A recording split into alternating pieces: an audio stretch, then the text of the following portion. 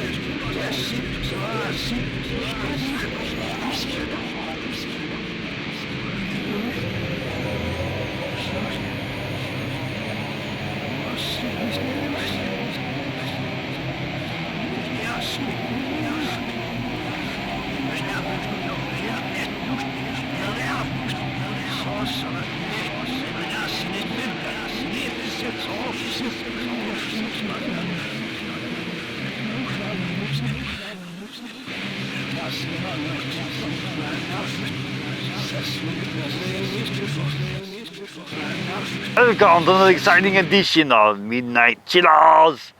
Once again, we're on location at the Santa Maria Community Cemetery, where people are just dying to get in. I love that joke. Anyway, so you notice I'm holding my phone right here. It's because the Ghastly Ghoul is on the phone right now. Say hi, guys. Hi, guys. Well, thank you for taking time out of your busy schedule to come talk to a loser like us.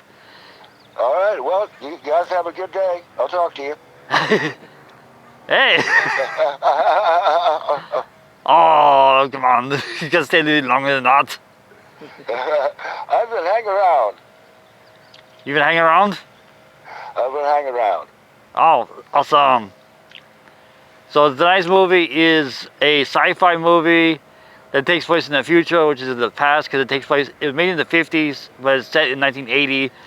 So it's kind of weird because it's 2025 now. So we're kind of like, okay, so this is the future, past future kind of thing. It's called Phantom Planet. Have you seen it? I have, many years ago. I have vague memories of making fun of it many years ago. It's so great because the aliens look like dogs. Right. And they're inside of a giant like piece of fried chicken. I don't exactly remember the giant piece of fried chicken. It's Was it being chased by a giant Colonel Sanders? Yeah. Awesome. Yeah, so it's great. So we're gonna go talk a little bit. So the reason I wanted you on here is because you're like me, you're a horror host, and you've been at this for years and years and years. And it's like a lot of people don't seem to know how much blood, sweat, and tears goes into, and the love that goes into making these shows for the fans. Oh, well, we sure don't make money at it. I know that. No. Unless you're Elvira or maybe Svengoolie, I don't think you're making much money at it. But No. yeah, like you say, yeah, we do it for the love of it, and your show really shows it. I appreciate what you do. No problem. I appreciate you. I appreciate being appreciated. We have a mutual appreciation society going on here. Yes. A mutual depreciation society. Yep. It depreciates with time. Yeah. Because I remember growing up in the 80s, there was like, in the 90s, there was all these horror hosts and all this stuff, and it was cool. Then like in the year 2000, so what, everybody thought that was old hack, so they got rid of all of it. And it was such a shame, and then it's coming back now. For the past like 15 years, they've had so many people like you, me and you, and like, there's all these other ones like Sluggo over at the Vortex, and then LaDonna now at Otherworlds TV, who are like pushing for this stuff to come back. And it's becoming huge. Oh, well, when I started in the late 80s, there were no horror hosts on anymore. It had completely dried up, and all the, all those time slots have been taken up by syndicated programming. A lot of it they just sold off to like the late night telemarketer programs, whatever they were. Oh yeah, the infomercials where they show you the Nordic Right. track. Yeah, the Nordic track or the Diamond L watch or whatever it happened to be. But Yeah. and I was like, well, actually I was doing another show, and I was doing a parody of a horror host. Aghast the Ghoul within this show. It was a sketch, and eventually it just kind of evolved, and I became a horror host. I was kind of became what I was a parody of, and filled that void around here in the vast outback of the Sierra and Fui in Dayton, Ohio. Just kind of filled that void for a lot of people, I guess, in the late 80s and the 90s, because we didn't have any horror hosts. Wow. And then around 99, I came to find out that there's a lot of other horror hosts out there through the internet. Through Count Gore specifically had a Yahoo group. It was actually pre-Yahoo, but then it turned into a Yahoo group. Come to find out, there were a lot of other horror hosts out there. Halloween Jack, Dr. Sarcophagi, Dr. Gangrene. A lot of horror hosts that came out of that group, like Sally the Zombie Cheerleader. Oh yeah. Was a member of that group, but wasn't Sally yet. Baron Von Doren was a member of the group, and just developing his character. So, yeah, that was kind of, I don't know what you would call that, the Bronze Age, or I think that's what Bones Angler calls it, the Bronze Age or the Copper Age, something like that, of horror hosting, when we were still out there. But you're right, with the explosion of the internet, it's really, there's like Mummy and Monkey, a lot of shows like that I enjoy are out there. Yeah. And Bobby Gamasta is a good one too. I love that guy. Yeah. And like I said, I got to do it because of Sluggo. Sluggo kind of helped me out because I started my show back in 2014 for a local cable access station in Louisiana. And like, I showed the Sluggo and then it snowballed. Nice. That's the way it kind of happens. It doesn't happen overnight usually. It takes time to build that fan base. It does. People to find you. Yeah, it does, because most people don't even know we exist. Well, you got that small core group of weirdos out there that I remember being at a parade years ago with Dr. Creep, and lots of Dr. Creep fans here who have grown up with him, and I hear this voice under a bush, like these voices went, "Hey, Ghastly, they were my fans. a couple of guys in trench coats hiding behind a bush. Literally, this happened. I'm like, ah, there's my fans. Lurking in the shadows, skulking. That's awesome. That is so awesome. But that's how it happens, and then, yeah, eventually you find out that you have a small fan base grows, a small core. And that's what matters, is as long as you have like a core fan base who are loyal, you know, it doesn't matter if you don't get like 10 million views on YouTube. You can have a nice conversation instead of having to shout out to the masses. Yep. Yeah, like you said, we're not doing it for the money. Nope. When people appreciate it, that's what counts. Exactly. And I appreciate what you do. I love your shows, and I love all these other horror hosts. I was so flattered that you would take the time out of your busy schedule to come in and talk to a loser like me in the front of it, in a cemetery on a Friday morning. Where else would you be? Our local fan base. Yep. I am in my crypt. Yeah. Yeah.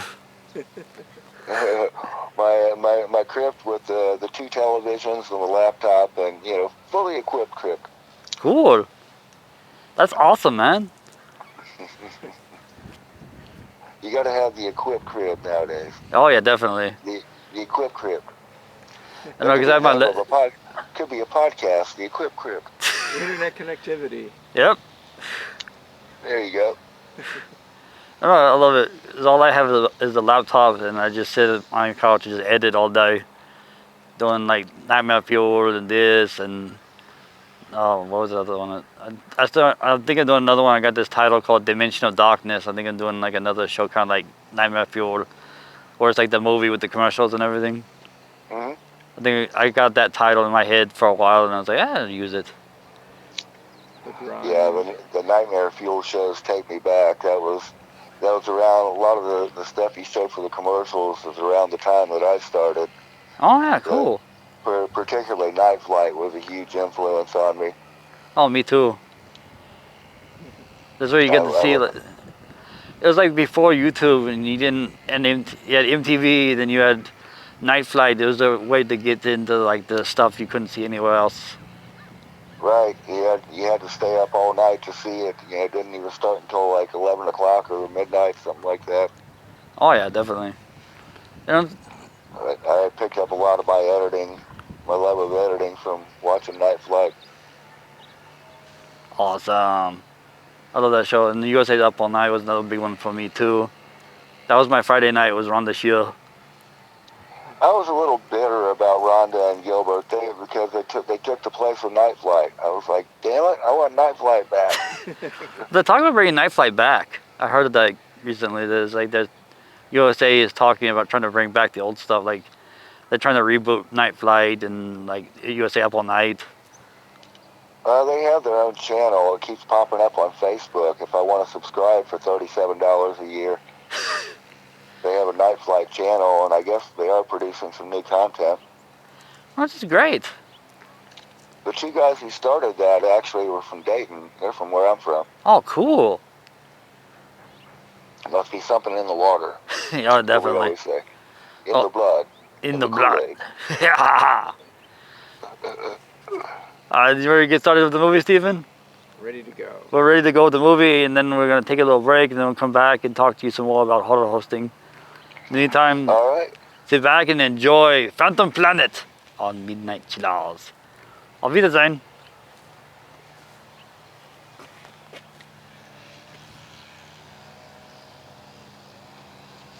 10, 9, all green, 8, 7, 6, 5, 4, 3, 2, 1, 0.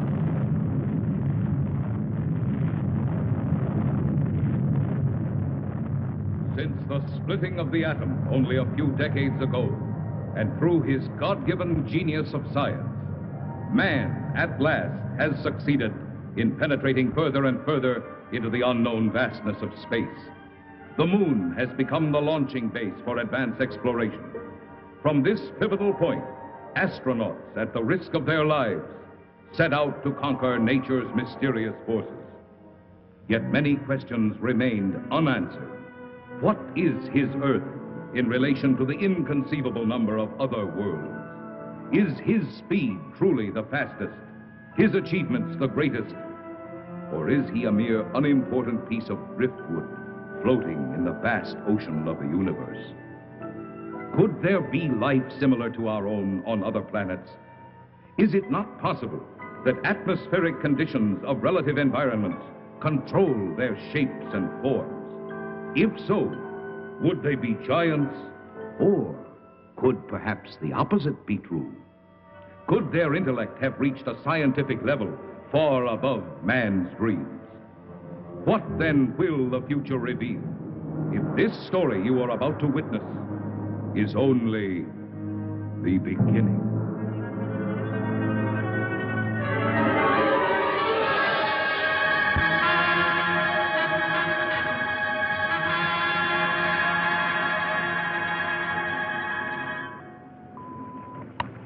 Log entry, Pegasus 3, March 16th, 1980.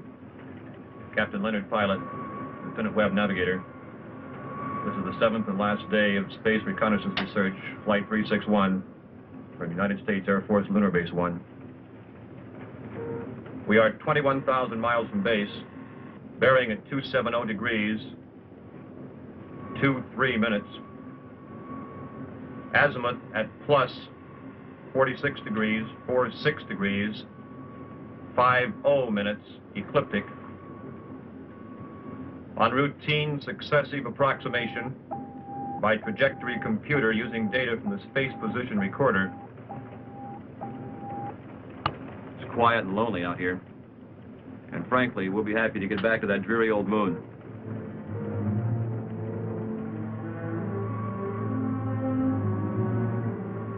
We're almost a degree off trajectory, Captain. Equipment check's okay. Must be an outside acceleration force.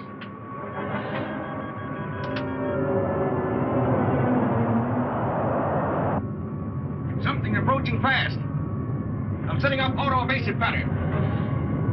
A large planetoid object is on a direct collision course with us. We are under 11 G's exterior acceleration and have no control whatsoever.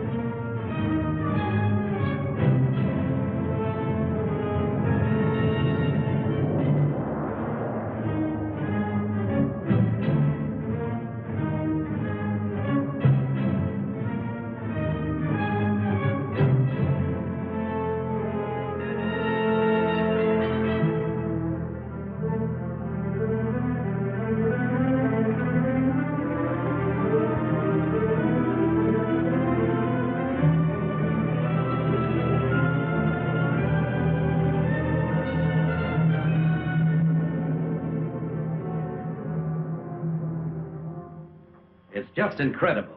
2 ships missing in less than a month. Nothing within thousands of miles of their position. And yet they crash into something that appears suddenly on our radar, big enough to be a planet. And then the next instant it disappears. It's against all theories of space. You get the same reports from bases 2 and 3? It appeared for a second or two, then vanished completely. A ship is on a routine flight. Controls, rockets, everything in order. And then all of a sudden... Yes? General Gibson for Colonel Lansfield from Earth Headquarters. Stand by. Colonel Lansfield. Lansfield, what's all the trouble up there? General, I can't tell you any more than what was in that report this morning. You're certain the rockets crashed? I am. We have their last log entry through our recording reproduction unit. Now, General, I've listened to it over and over. It tells what happened, but not how and why. What do you suggest? I don't know, General. No doubt the rocket's destroyed. We don't know what we're looking for. This mysterious planet seems to come and go at such speeds, it's impossible to track. Phantom planet, Lansfield. You're a little old to think that, aren't you? This is a capable base, General, run by capable men. Now, there's something out there that isn't supposed to be. All right, take it easy. Send another reconnaissance with Chapman. Chapman? I need him for the Mars project. If this phantom planet thing isn't cleared up, there won't be any Mars project. Send him. Yes, sir. Ask Chapman to report. Yes, sir. Captain Chapman, report to the Colonel.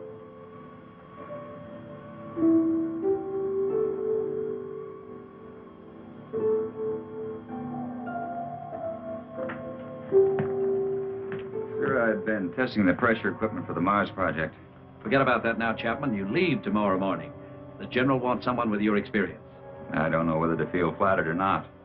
What exactly will I be looking for? A floating space monster? This is no joke, Frank. I wish it were. Sorry, sir. You know how rumors move around the space. Well, it's one of the things we hope that you'll dispel. Well, you're the Colonel. I'll take a crack at anything once. And that's about all you'll get, Frank. One crack.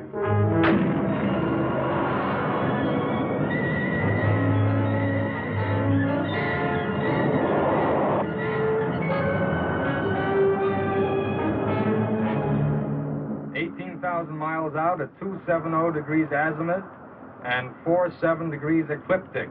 Speed 4.6 miles per second. Check. Computer guidance on. Stability course on. Direction of rocket's port off. Direction of rocket starboard off. Set to automatic. Check. That does it, Captain. We can relax a bit now. Takeoff's always the same. My heart pounds like a sledgehammer. Yeah, mine too. How about the screen? Never fails to fascinate me from up here. You know, Captain, every year of my life, I grow more and more convinced that the wisest and best is to fix our attention on the good and on the beautiful. If you'll just take the time to look at it. You're some guy, McConan. Lunar Base 1 to Pegasus 4. Lunar Base 1 to Pegasus 4. Can you read me? This is Pegasus 4 to Lunar Base 1. This is Lieutenant McConan. Colonel Lansfield for Captain Chapman. Chapman standing by. Anything out there, Frank? Nothing, Colonel. It's almost too quiet. Well, keep alert. And don't waver off your course 1 degree, unless you think you're on to something.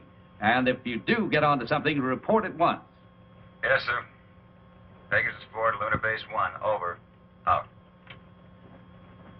I hope whatever was out there is gone now.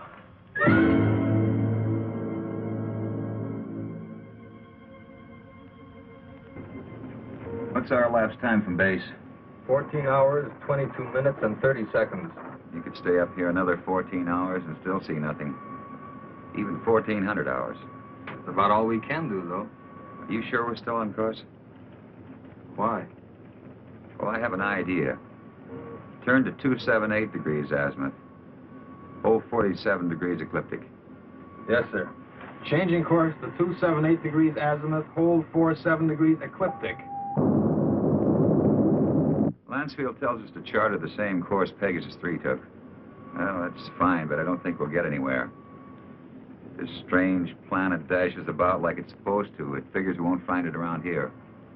So we're changing course. Lightning never strikes twice in the same place. Precisely. You with me? Like I said, you're the captain. I'll take a new reading. Thanks, Ray.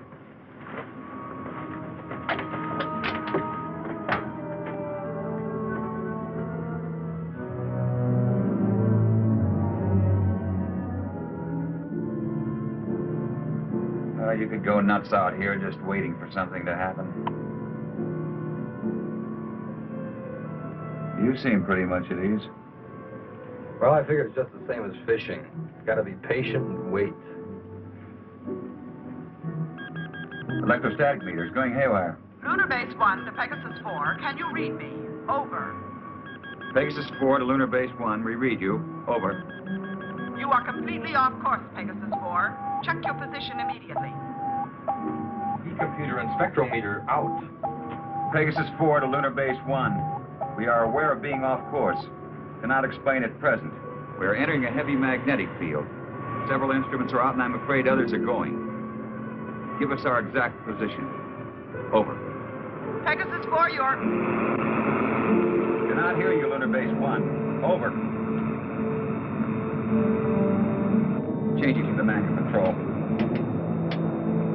Meteor.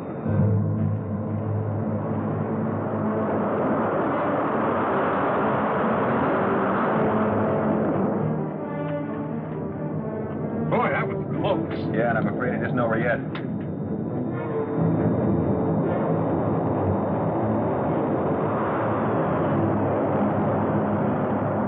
We're on a semi-closing course with them. Screen 1's fading fast. What about the infrared detector? That's out too. The thing we can do is turn it 90 degrees to the shower's path. More meteors are coming, it's our only chance. That will be to 311 degrees azimuth and minus 12 degrees ecliptic. Here they come. This is it.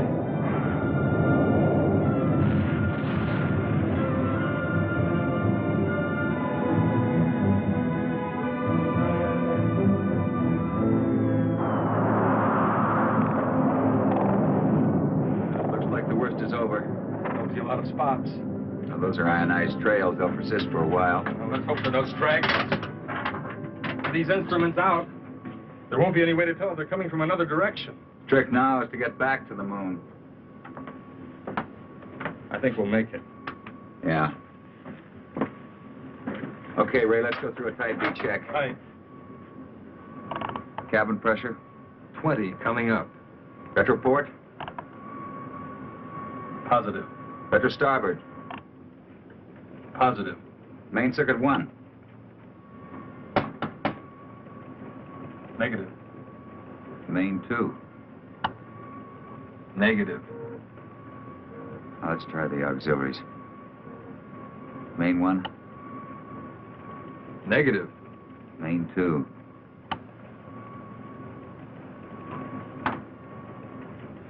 That's not in the circuits. No, the meteors must have smacked into the propulsion elements. Or feed lines. Yeah, we're lucky. Well, there's only one way to find out. Looks like it. You know, there's one thing sure. What's that? They knew what they were doing when they forced us to go through those space drills dozens of times. If I remember correctly, you had a different opinion. Hey, don't rub it in.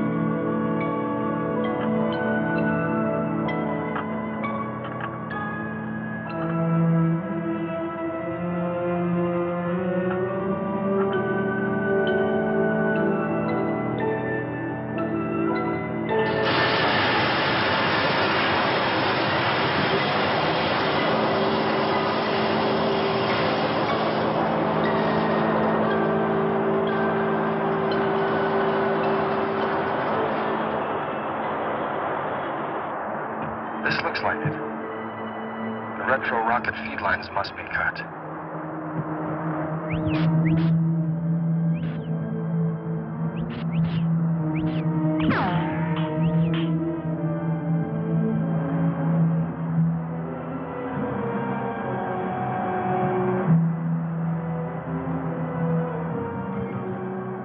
Frank, your airline's broken. Frank!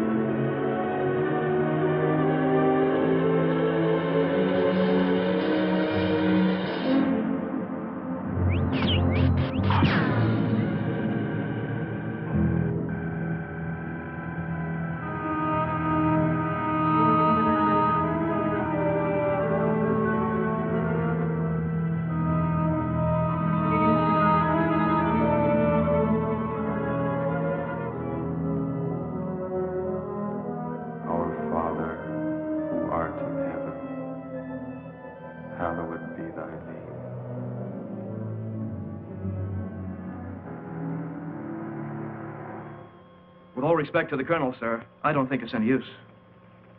Keep working that radar and keep working it until we locate Chapman. Yes, sir. He's got to be out there somewhere. He just has to be.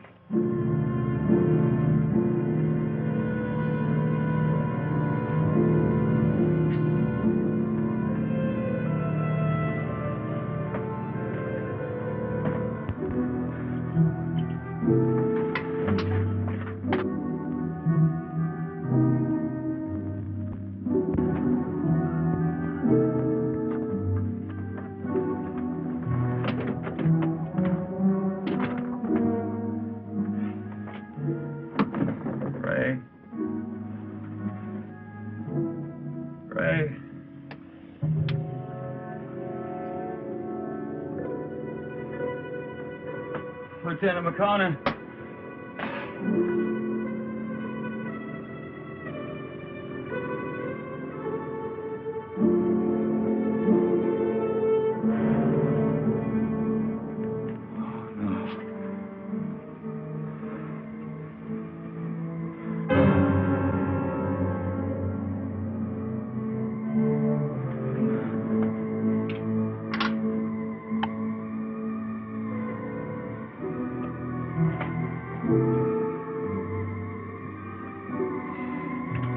Captain Frank Chapman, pilot, Pegasus 4. My ship is being drawn toward an asteroid. Well, we're in the middle of the movie, guys. With the still here with Ghastly Ghoul. Hey. Hanging out at the cemetery, just enjoying this beautiful sunny California weather. It's been raining a lot lately, so it's good to have like a good hot sunny day. Even though they got the cool air from the Central Coast blowing in, freezing my nipples. Nipply kind of weather. Oh yeah, definitely nipply kind of weather. So colder than a witch's tit. Yes, I know, because I lived in Massachusetts for a while, so I know about you guys' cold weather. I lived in Situate for a while, so that was cold. That was Massachusetts is cold. I know, that place was ugh.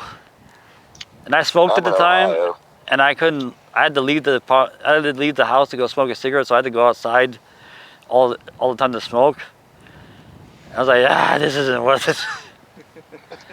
And you can't tell when you're done exhaling because you can see your own breath. I know. Well, it was an old Bill Hicks joke. Yeah,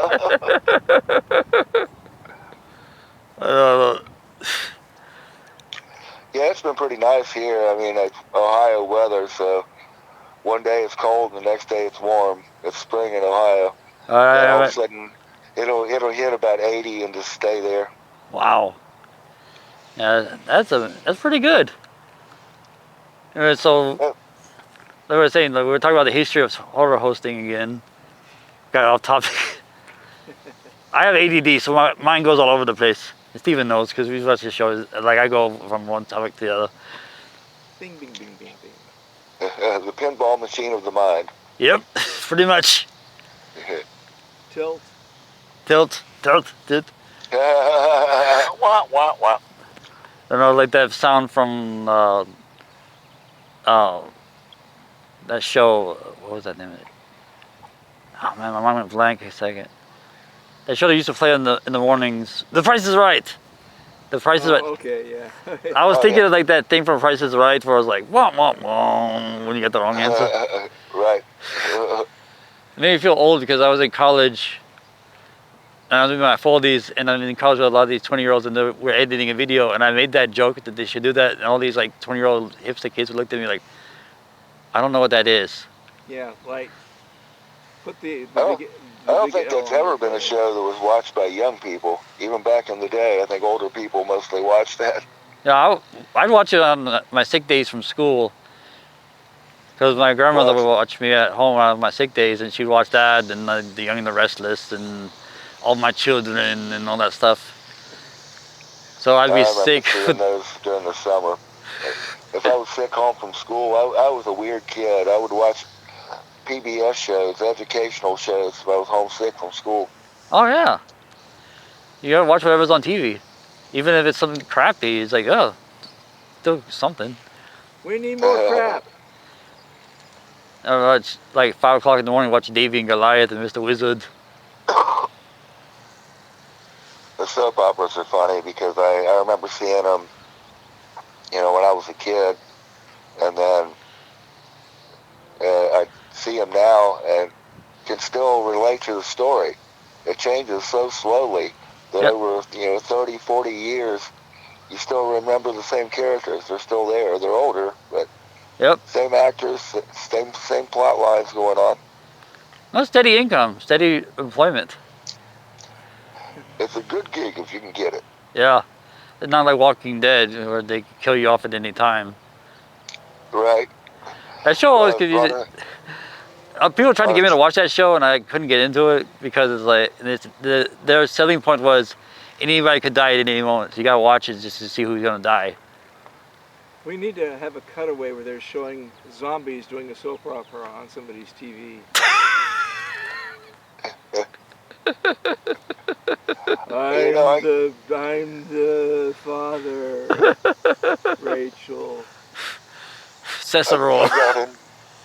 I got into Walking Dead. I loved it right up until the last season, and I got bored, and I still haven't watched the last episode or any of the spin-offs. Oh. I somehow just got bored with it right at the end. Yeah, because it's just like, it's just like walking around and like there's zombies. And then like, oh, this guy died. Oh, damn. This guy died. Oh, damn. That guy died. It's a soap opera. Yeah, it is. I mean, I'm kind of a weird because I actually got more into Breaking Bad than Walking Dead because they came out at the same time, and I was like watching Breaking Bad, and I was like, this was actually really good. I've heard it is. I've actually never seen a single episode of it. Well, it's a good show because it's like, it's slow.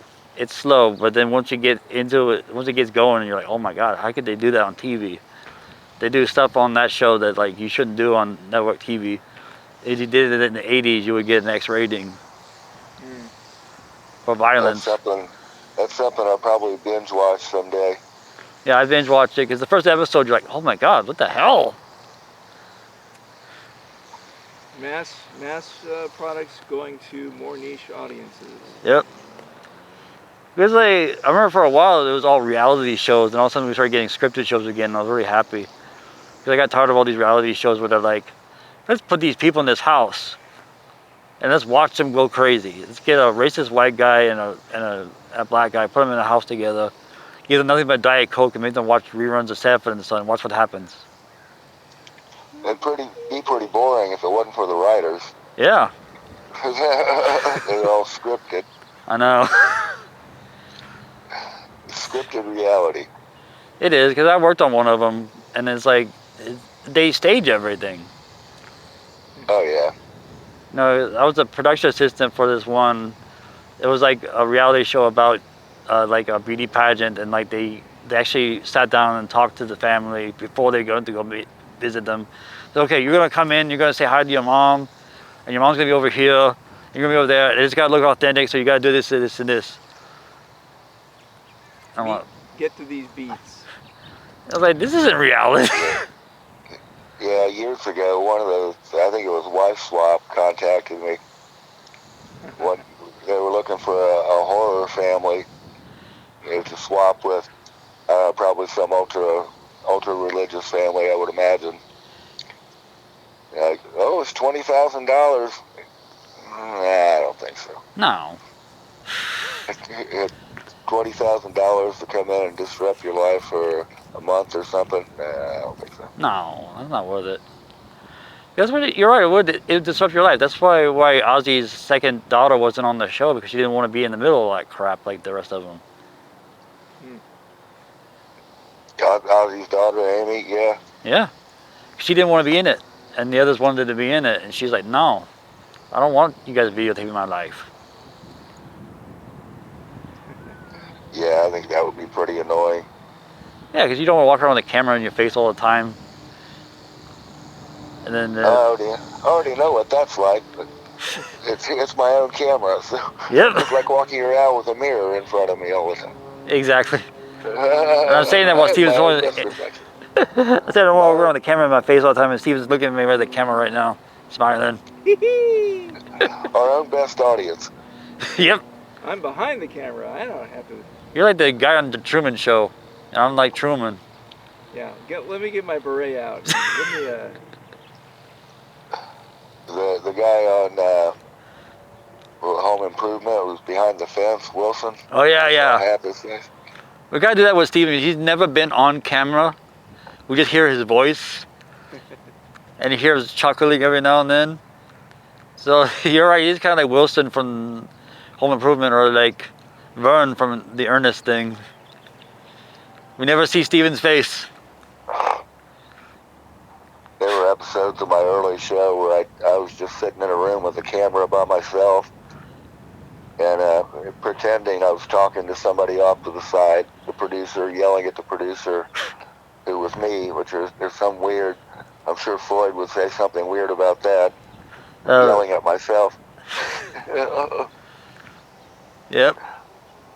Well, it works. It works. Do you get paid more if you got too many personalities? Yeah. If you have dissociative identity disorder, you get like, you have a whole crew. You're like, oh yeah. Well, my other personality is over here. He's doing the production system. We got the sound guy over here. And the Let me do continuity. Yep. I can make up anything I want. You can't see me, so I can tell you I'm anywhere. Oh yeah. Exactly. I don't even know if you're really Gastigu or not. This is true. I might be AI. Oh yeah, definitely. Or I might be AI. Hey. We could all be the simulation. That's what scares me. Is it's like you can do anything with AI these days, but people are using it to make pictures of like Chuck Norris, like beating people up and stuff, and like, it's like, and they make songs. I've seen people do this. I got a friend who did that. He made a whole album of AI songs, and like put it up on Bandcamp, and people, it was like trying to do like a hype thing. Like, look, this is my new artist. I'm like, dude. But it was actually pretty good. I admit it was good music. It was good music. It just like, it's AI. I'm still freaked out because I read and saw the movie The Running Man. And it's something else Stephen King predicted. Yep. That was part of The Running Man, that they could make a simulation of you doing anything. Oh yeah. Deep fake. That's what that's what they call deep fake, where they could just put your picture, put your face on anything. And I heard bad things. People accept it now. You know, back when that came out, I was like, most people were like, oh, hell no, I'd never accept that. It's amazing. It's amazing what people like just think of as normal these days, and you look at it like, no, this should not be normalized. Which is like... It's much like the movie that we're watching that goes, you know, we're going back into the future. It's 1980. Yep. Exactly. It's like our old future. What was future like in 1980? I wasn't even born yet. I was born in 81, so I don't even remember it. You're the same age as my oldest daughter. Oh, wow. So we're Zennials. One of my youngins. Daddy. One of my own youngins, my spawn. Oh, yeah. That's awesome. My progeny. Awesome. Congratulations. And I don't have any kids of my own. I have 2 nieces and a nephew I babysit for all the time. Don't forget the cats. Oh, yeah, and my cat. My cat is my daughter. Yeah. I named her Angelique. We've got cats. They're great companions because they don't really require much. You just feed them, change out the litter, and the rest of the time they just lay on the couch and just sleep. And you're like, oh, okay. Cough with the fur ball. Yep. It depends on the personality. You get one with mischief in it. We Yeah. got one in the house right now that I don't know if it's ever going to outgrow the kitten stage. Oh. Into everything. Oh yeah. I've seen pictures of line of like bad cats where they do stuff like topple over the litter box and look at you like, what the fuck you gonna do about it, bitch? I'm like, damn. This has to be exciting for your viewers. We're standing in a cemetery talking about cats. I get off topic. Like I said, I have ADD, so I go all over the place. Maybe we should...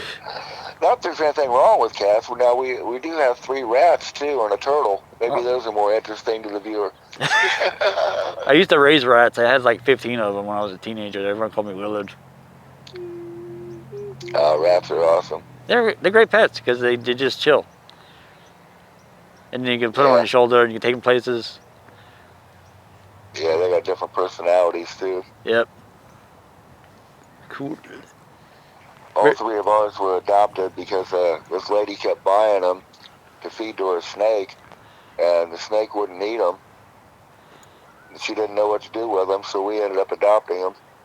Wow, cool. So you saved them. We rescued them, yep.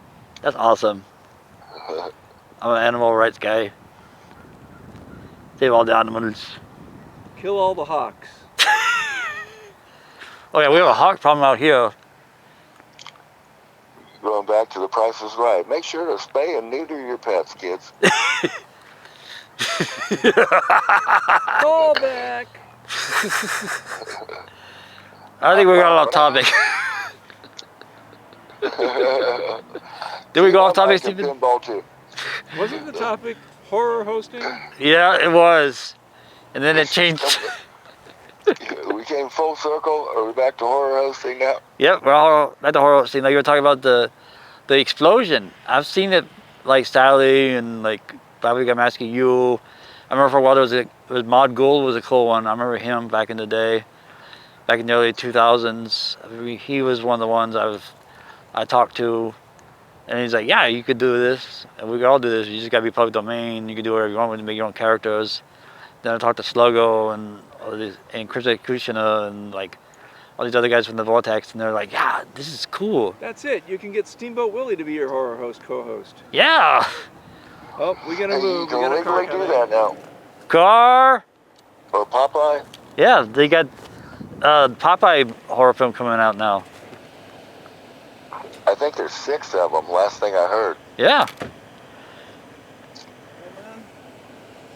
Hello. Hello. I'm Brendan at the cemetery. Hi. I know you guys are doing you're still filming? Or? Yeah, we're still filming. I'm sorry, do you want to stop? I'd prefer it. Yeah, we'll stop. Well, all right. We had to move to another part of the cemetery because the man shut us down. I think you saw in the video. The man shut us down. Cemetery police. That's the first time that ever happened. Nice man. He's a nice guy.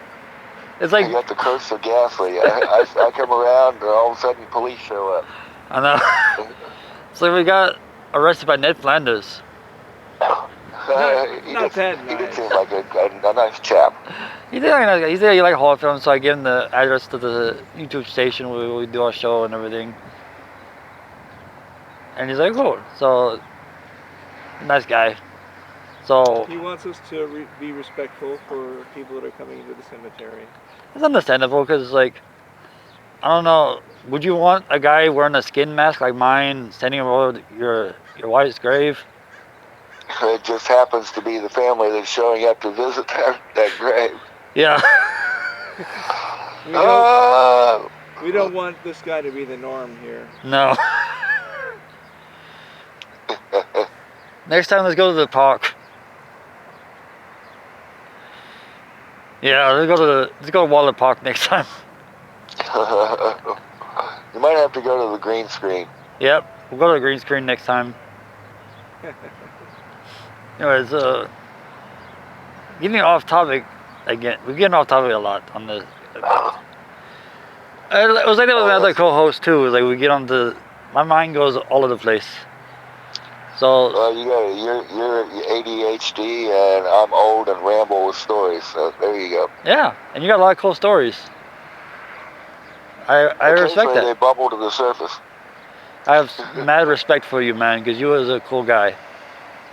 And really, thanks, bro. I appreciate you take your time to like talk to us.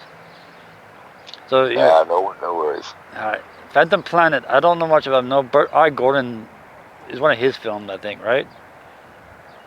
Was it Burt I. Gordon? Because I know I'm not a film historian. I don't know. I would usually take the films and chop them up into something else. Yep. I'm a nerd. I have so many factoids because I absorb this stuff. I used to read books. There was this one book called Masters of Horror. I think it was Robert Cohen wrote it back in the 80s. And it was like a history of horror films from like the 1900s up until the 80s. And it was one of my favorite books because it talked about all the different subgenres and different types of horror and everything. And mainly, my main focus was I loved the Hammer horror films of the 50s and 60s with Christopher Lee and Peter Cushing. Because I just loved the blood, and I love the fact that like Hammer was like this poor studio, didn't have much, so they took the public domain stuff like Dracula and Frankenstein, the Wolfman, the Mummy, and they remade them from the Universal monsters, but they made them with a lot in color, with a lot of blood and guts and stuff, and it got people going. At the Cinema Wasteland convention a few years ago, they had a guest panel.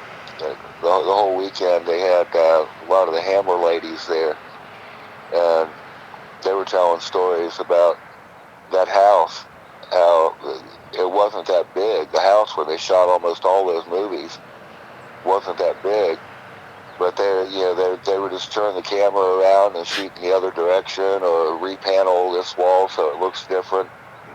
Everything they would do was in that small space. It's interesting stories. That's awesome. It's just like you use what you got. Yeah. By any means necessary. Guerrilla zombies. Yeah, they gave it that look. They had their own look.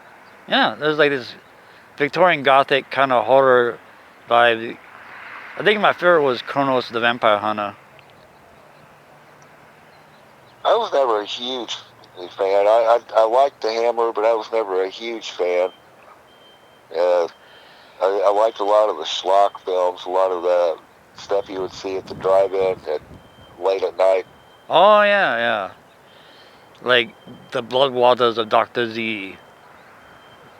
The Gorgor girls, the strange ones like that, ones that, hey, wait a minute, I saw this same movie last week with a different title. Yep. I know, I love that. That was something you can't get away with these days, but back then, they would release a movie, and if it didn't do well, they re-release it with a different title in another state just to see if it worked again. So movies sometimes at the same drive-in the next week, you're like, hey, I just saw this. Why is it called Thunderbolt instead of Deadpool? Right. I love that. The drive-ins. I know, I love it. We used to have a ton of them. We're down to 2 around here now. Yeah. We have They're one. Nice twins. Yeah. You're lucky still have one where you are, huh? Yeah. I didn't see drive-ins. I grew up in Louisiana, but I didn't see a lot of drive-ins, but I did see some here. They had 2 of them. One of them got shut down. There's another one. And it's pretty cool. You get to just chill all night. And you set your radio to like the sound of the movie and you just sit in your car and just watch and you just chill. Because I watched Inside Out 2 and Despicable Me 4 with my nieces and my nephew, and I actually fell asleep during Inside Out 2. I fall asleep a lot during movies, and my wife's always like, "Are you watching this?" Like, "Yeah, I am. I'm watching it. What's going on?" Like, what just happened? You just asked me what They would have the all-night movie marathons, and I'd nod off and then wake up again and watch another one. Oh yeah, we do that all the time. Inside Out, Me, Despicable. And that's why I loved like basic cable back in the day. But like, my favorite thing was PBS back in the when I was going to school. I get home from school, and I go turn on TBS, and they play some crazy horror film back at 4 o'clock in the afternoon, like Jaws or Poltergeist. Night of Olympus was another one I saw there. The Beast Within. All these crazy movies at 4 o'clock in the afternoon. The Night of Olympus. Haven't thought about that one in a while. I remember sitting around with my stepdad's friends heckling that when I was just a little kid. Even then, I knew it was funny. Yeah, it was. It was like it looked like a model train set, and it had a bunch of bunnies running across a model train set. Not even particularly vicious looking bunnies. It's bunnies. They were cute. And most people didn't even know what lepus meant, and I was like, wait a minute, isn't that Latin for bunny? Right. You learned your thing from the horror movie. You learned a little Latin from the bad horror movie. Yep. And, sorry, my throat's heated. So another one I loved was... Damn, my brain went blank. I think we should get back to the movie. We watched the last half of Phantom Planet. And then we'll be back at the end to ask you to say goodbye. And then we'll be back next time with Killer Shrews. Auf Wiedersehen!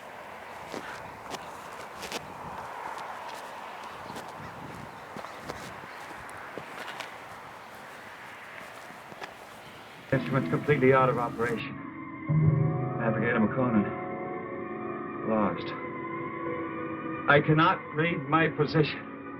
I'm going to try to land. I don't think I'll make it. If I do, I'll continue recording.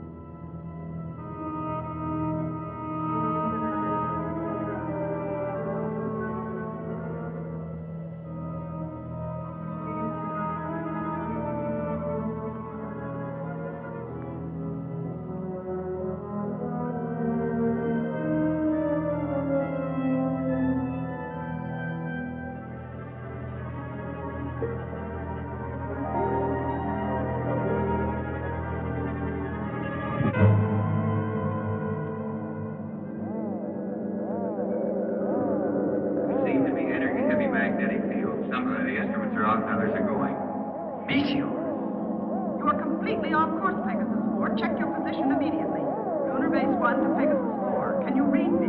Frank, your airline's broken. Navigator McConan. Ray? Lieutenant McConan. I'm going to try to land. What exactly will I be looking for? A floating space monster?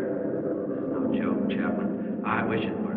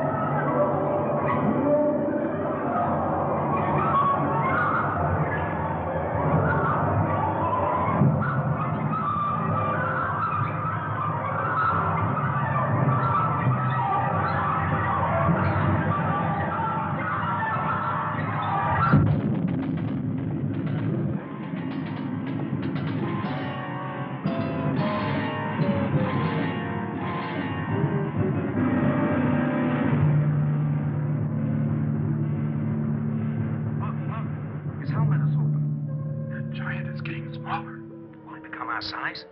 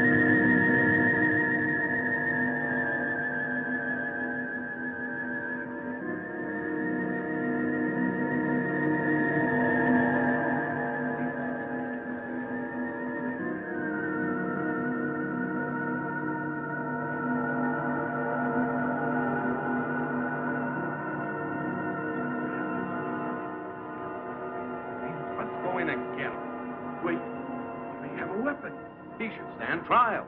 We must take him to Cecil.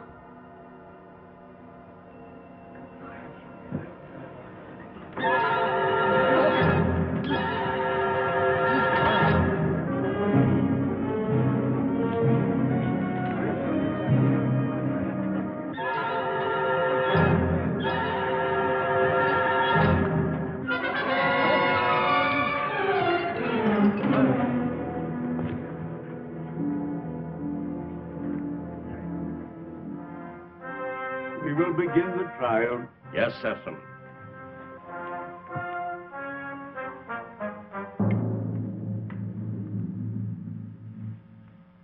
Thank you, Cecil. Bring in the jurors.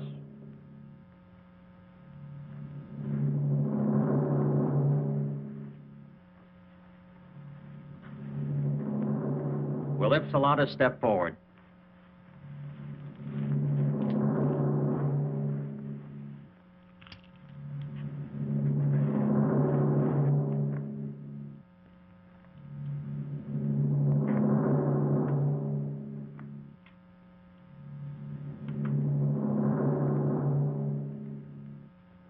Call the prisoner.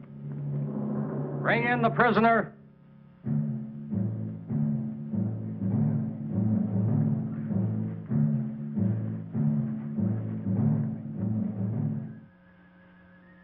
Stand here, in front of our leader and our judge. Is the prisoner from another world ready to hear the charges against him? Charges? What charges? I will ask the questions. Are you ready to stand trial? It seems I have no choice. First, I want to know what I'm charged with. We'll let you know in time. What are you called? Chapman. Frank Chapman. What is your occupation in the world from which you come? I'm a captain in the Air Force of the United States, a country on Earth, Space Exploration Wing. But you must know about us. You speak our language. We do not speak it. But here on Rayton... Rayton? Yes, Rayton, the name of our planet. Here we are able to translate all languages through voice tone waves. Why all these explanations? Let us go on with the charges. You're right, Heron. This is no time for explanations. Man from Earth, you are accused of causing injury to one of our people. I thought I was being attacked, and I defended myself. I didn't want to come to your world. I lost control of my ship. It was like being pulled toward your planet by an enormous gravitational force. You were, when you came into our path of travel. Path of travel. Phantom Planet. We managed just in time to control your landing by releasing the pressure in our space warp. I don't understand. There are many things you will not understand here. Maybe in time you shall. In time? That is correct. The jury will now vote and find you guilty or not guilty for inflicting injury on a Rayton man.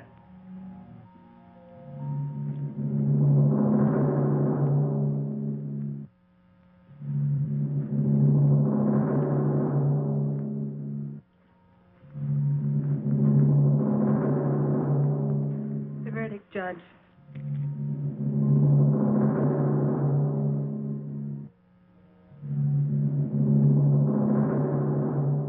I find you guilty as charged. You are now a free subject of Rayton. The jury is dismissed. That is all. You are now a free subject of Rayton. That is not all. Listen, I don't know what kind of a place this is, but you must have some kind of law here. This planet pulled me to it. I didn't come here by choice. But being here, you cannot be permitted to leave. We must keep our security at any cost. So, I must pronounce you guilty.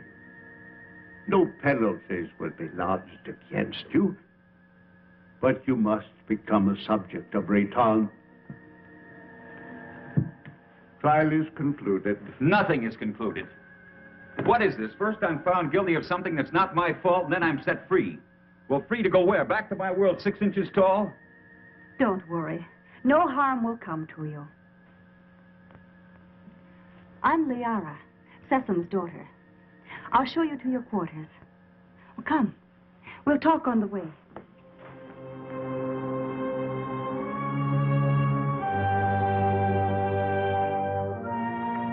What has happened to me? You mean your size? Well, our atmosphere, together with some acceleration from our gravitational control, has reduced you to normal. Normal? Normal for us. You see, everything here is in proportion to our planet's size. We know several worlds that have creatures larger or smaller according to the size of their world. Do you feel any different? No, but it's not exactly funny to think that someone on Earth could carry me about in their pocket. Oh, that would never happen. The oxygen in your atmosphere would restore you immediately to your regular size. But either way, it wouldn't matter. You'll never see your world again.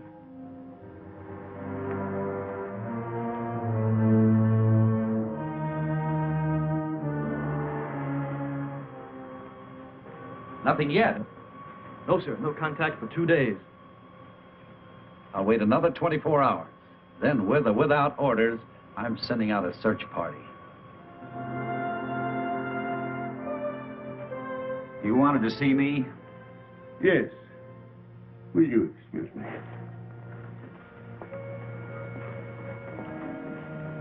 We must talk about your future. Your future on Rayton.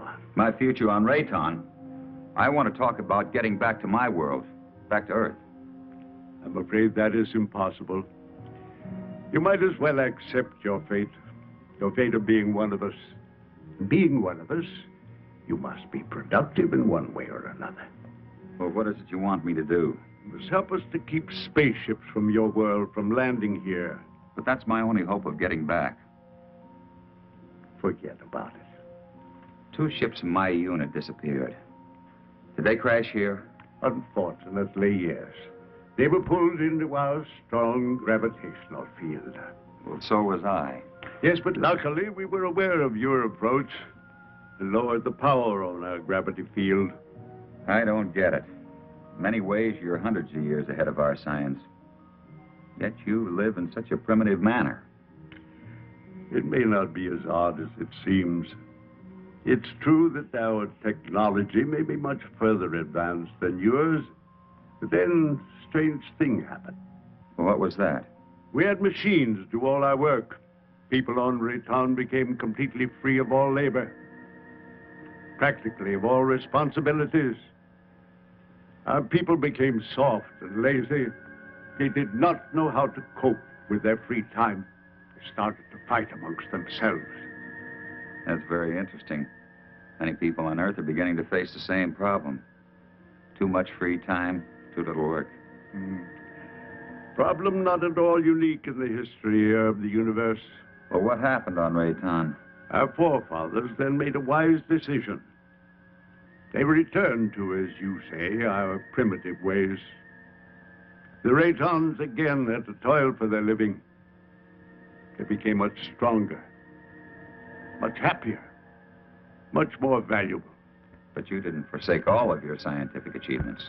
No, we retained the secret of the gravity control for our survival in space, and the secret of our food production for our survival on this barren planet. You sacrificed advancement for this. Sessom rules us, and we are content. Now, can't we get on with this, Sessom? Aaron is hasty. We all are. Our lives have been changed so much. I would like you to become acquainted with our ways. Later, you may choose a wife. With Liara or Zetha. Zetha cannot speak, but she is a fine woman. Well, between the two, it would be difficult to make a choice. It is no problem. You may take your time, but once you've made your choice, remember, it must not be taken lightly. You must be hungry. Come with me. Liara. Go now and learn our ways, and perhaps you may help us with our problems. You can decide about this later. Now you need to eat and rest.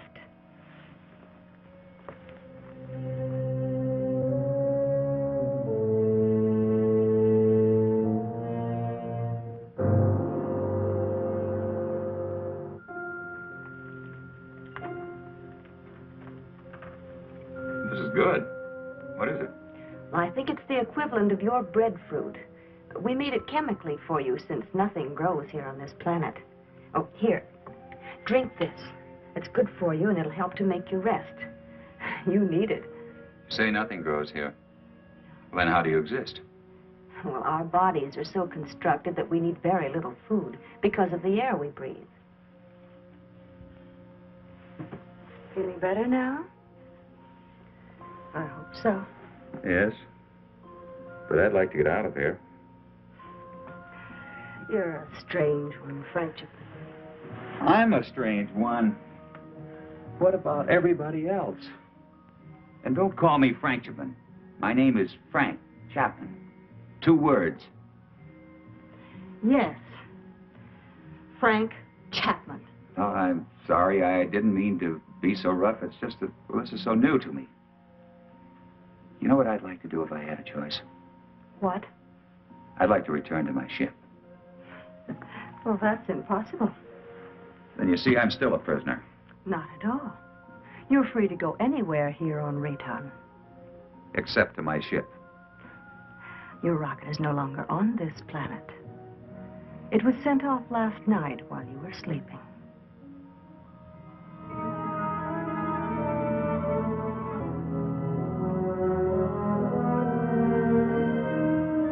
I cannot read my position. I'm going to try to land. I don't think I'll make it. If I do, I'll continue recording. This is Captain Frank Chapman, pilot, Pegasus 4. My ship is being drawn toward an asteroid. Instruments completely out of operation. Navigator McConan, lost.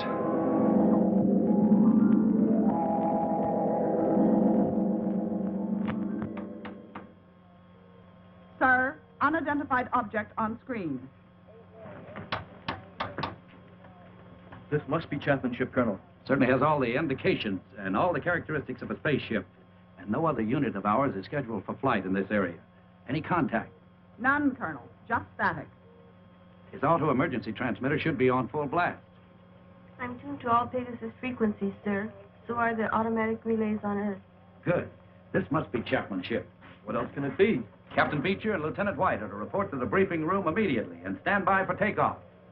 Now report immediately any news or anything unusual on your radio and radar relays. Yes, Colonel.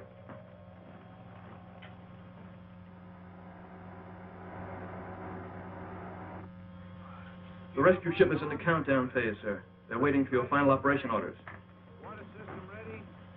Put me through to the captain of the rescue ship on launching. Beecher, this is Lansfield. Yes, Colonel. Beecher, your final instructions are being teletyped on your recorders. Yes, sir. As you know, something unusual must have happened to Chapman and McConan. And I don't mind telling you that it's of greatest importance to space travel that we find out exactly what happened to these two men. So blast off and good luck. We'll do our best, Colonel.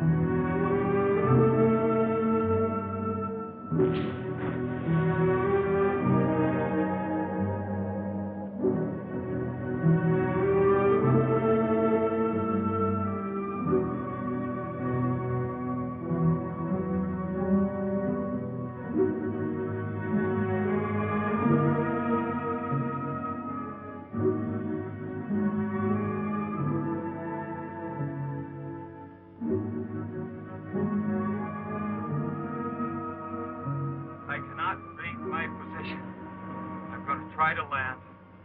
I don't think I'll make it. If I do, I'll continue recording.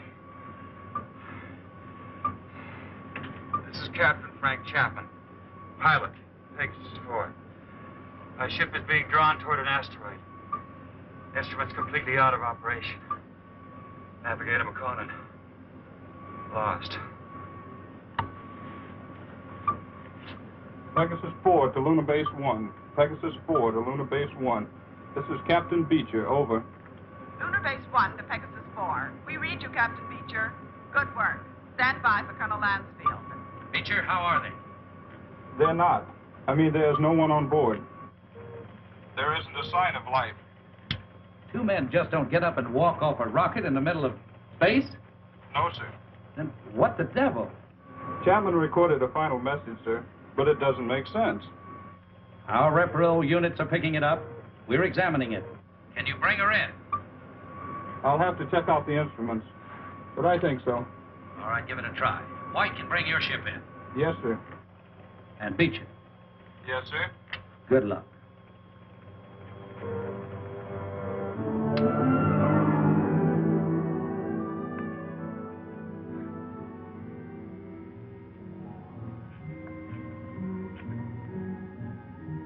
I can't work under these conditions.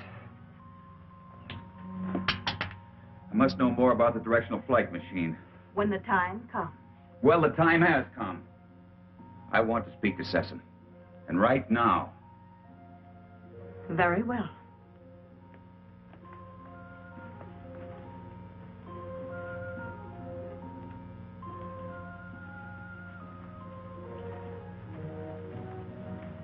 Father, Frank Chapman wishes to speak with you.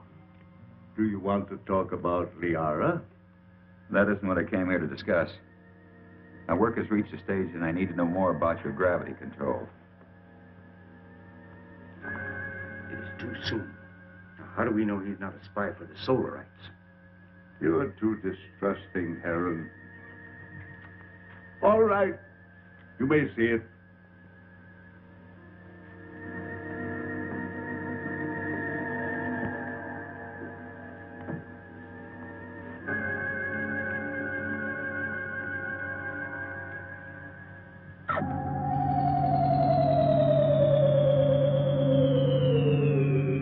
Incredible. But how? The high density of our planet made it possible for us to advance gravity and therefore anti-gravity theories. It's beyond me. Einstein was working on this problem, but he died before he could complete his investigations. What causes Rayton's high density? The atoms on this planet have narrower electronic orbits than the atoms on most other planets. The smaller they become, the easier it is for us to control and take advantage of positive and negative gravity. But why is Rayton getting smaller? This planet is slowly using up the energy that holds the atomic particles together. You mean you might disintegrate into nothing? Yes, someday. But it will not be in our time. Well, I guess it's the same as on Earth. We don't seem to worry that our sun might be cooling off in many millions of years. The danger for us is that sudden bursts of concentrated heat directed on our Rayton might suddenly speed up the process of time. You think that's possible? We have enemies who want our knowledge of gravity and who know our weakness. You're expecting an attack? When you have enemies, you always expect an attack.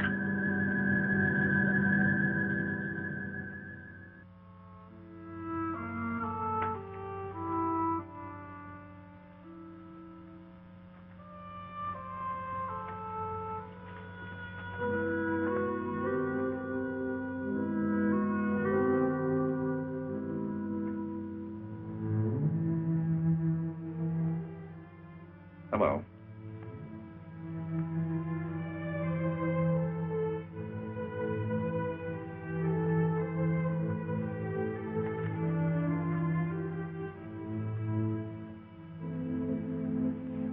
I'm going to take a walk.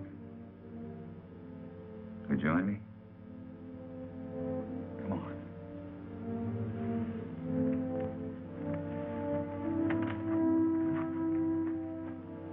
You know, this is the first time I've had a chance to talk to you alone.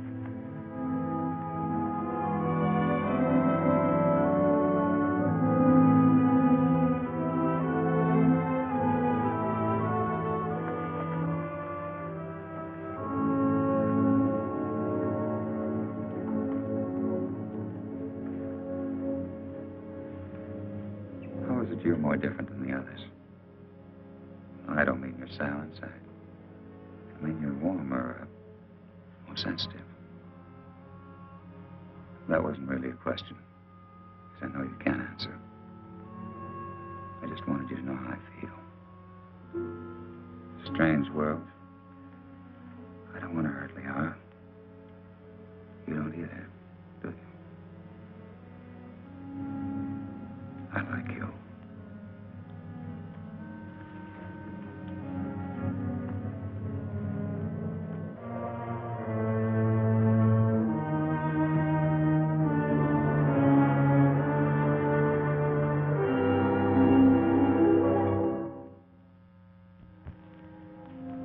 charges to make against the Earthman Chapman.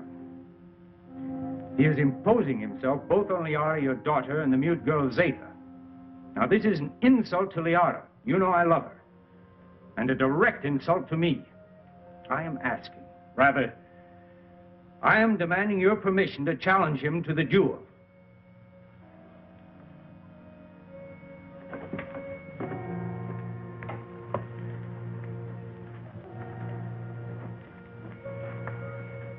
You sent for me? Yes. I have reports about you that are not good. That you're causing much trouble. What am I supposed to have done now? You are forcing your attentions on Liara, and then on the mute girl Zeta. That's not true. Why don't you ask them? He lies. Silence.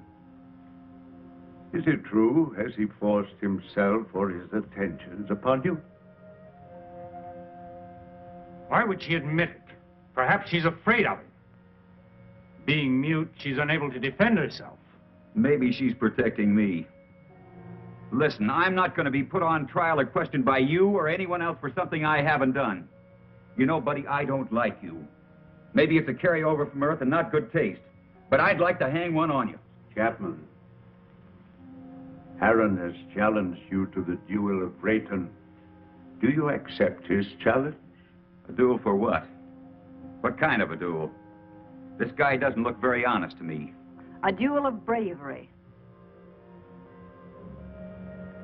You know, Mr. Sessom, maybe this duel business is a good idea. Might clear the air a little. So how do we go about it?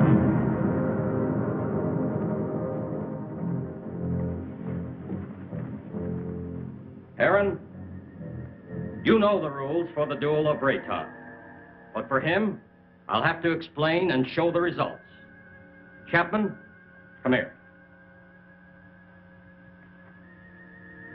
Those are gravity plates that we've had placed here.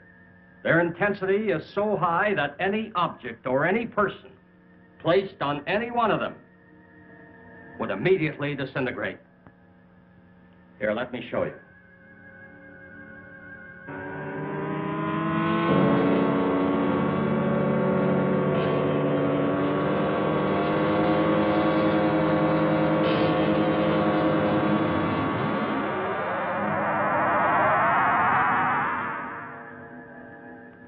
The duel of Rayton is one of physical strength and skill.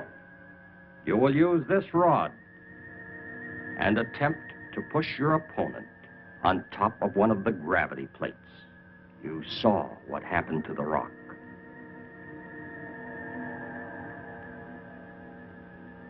Get ready.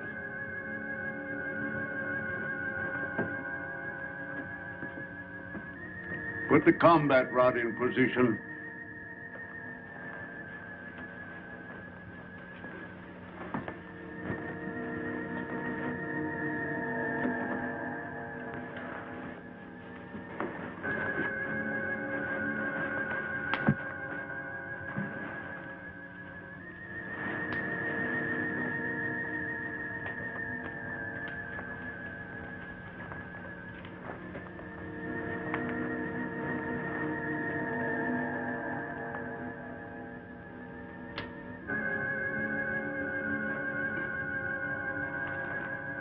At my signal, you will start the duel.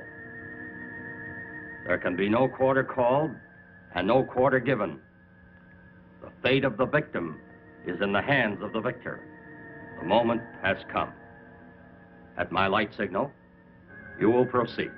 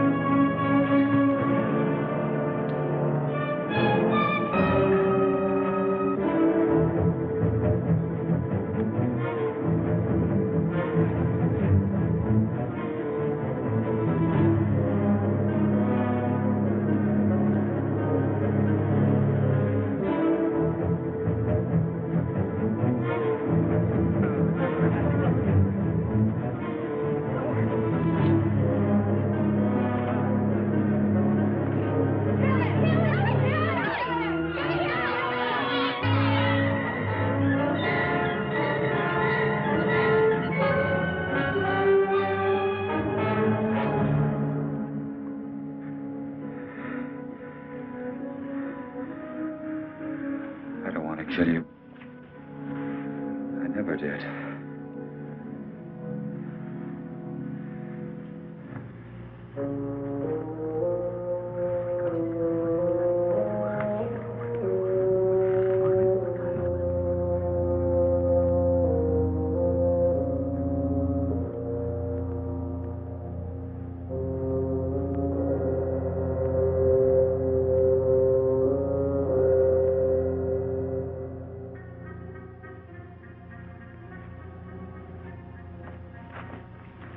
Why didn't you kill him? I didn't want to. I don't believe in it. In this case, killing him would have accomplished nothing. But Heron wouldn't have shown you mercy.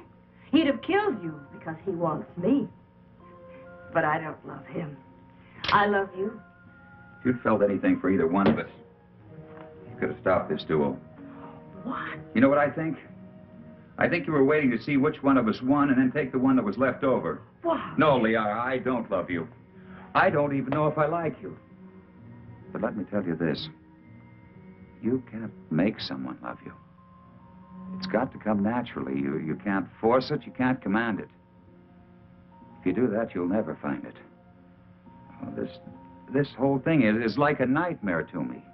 I miss my people. Well, I've got to make some attempt to get back. And if you feel anything for me, you'll try to help me. Well, perhaps you're right.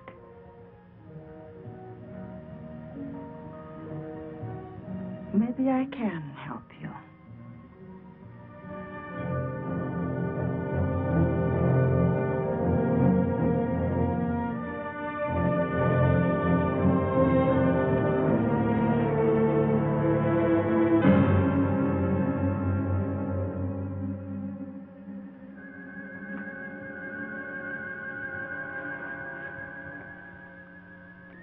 As you said, I don't want to kill you.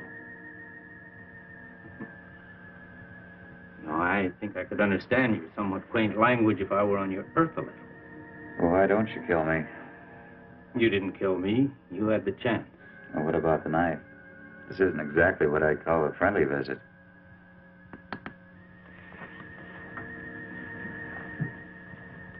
If you help me, I have a plan whereby I might help you to leave our planet. Perhaps it will work.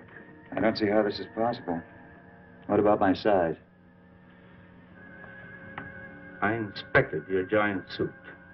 And the oxygen tank holds air from your own world. Now, isn't that right? Yes, of course, but why? No, never mind that. It's not important. You see, the whole plan is based on the theory that your people are searching for you. Now, I must get you back before they attempt to find you here. I know they've been searching and will eventually zero in on this planet. I think I can get you back in time. Yes, but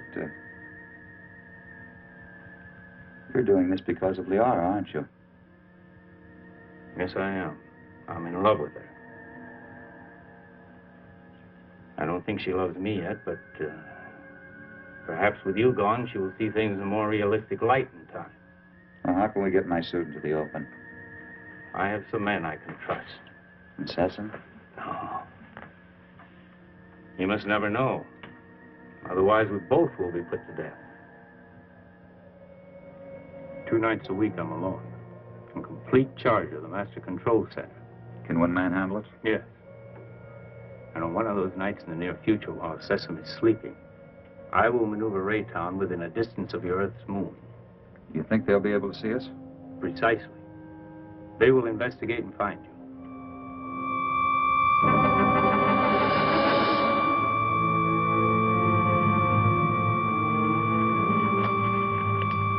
Go with her.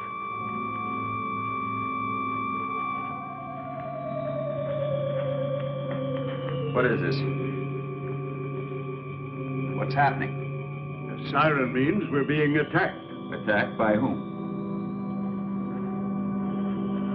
Attacked by whom? The Solarites. We've been here too long. They've discovered our position. Who are the Solarites? I've no time to explain. I must help Sessom. What will this do to our plans? We must fight this off or no one will have any plans. Is everyone underground? Yes. Let me go.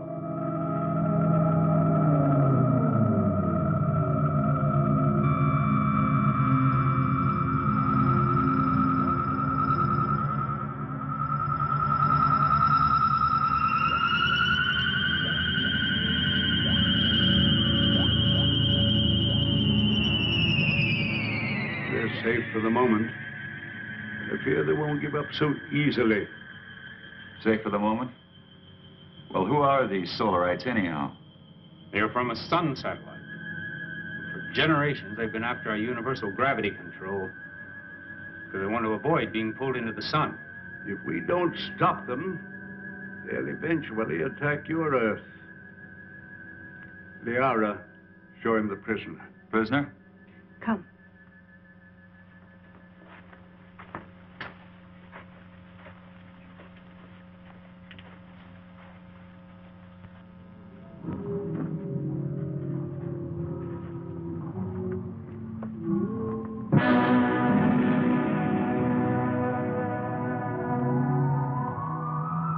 That's a Solarite. Yes. He was captured during the last war. The only one of their monsters that didn't die in the attack. When did this attack take place? Several years ago, when Zatha was a little girl. That's when she lost her voice. What makes those rocks disintegrate? It's as if they were hitting some invisible wall. That's exactly what it is. The monster is so strong that he can smash any ordinary structure. Now, what you call an invisible wall is really another way that we use our gravitational control. Now, by using a high magnetic field, we can lock molecules so closely together that they form a solid wall. Make a big hit at MIT. Where? One of Earth's more advanced centers of learning. I only hope your wall will hold him in check. Yes. He could kill us all if he escaped. Life on other planets. We were always wondering if ours was the only one so blessed. There are many inhabited worlds, but only these fire people bother us.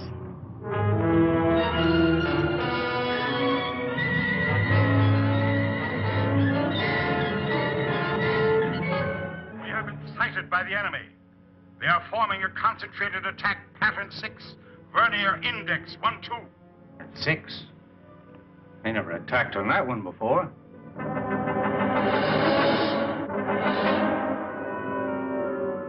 What are we going to do? We must try to break up the attack.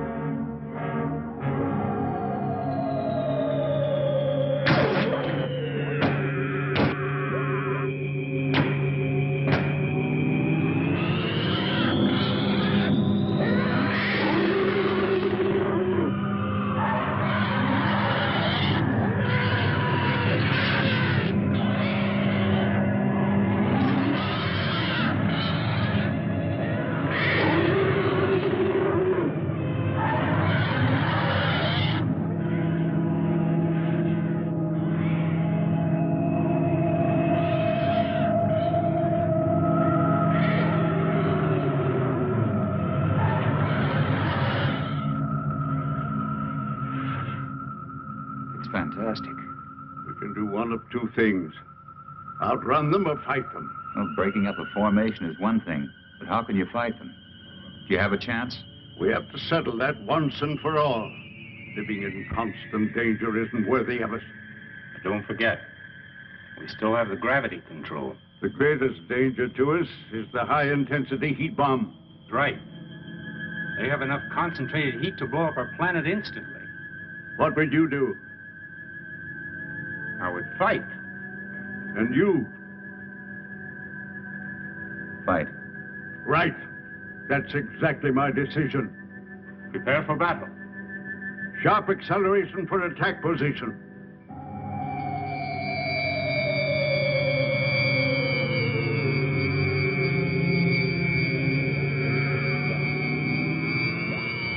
Maneuver so that we face the enemy when they attack.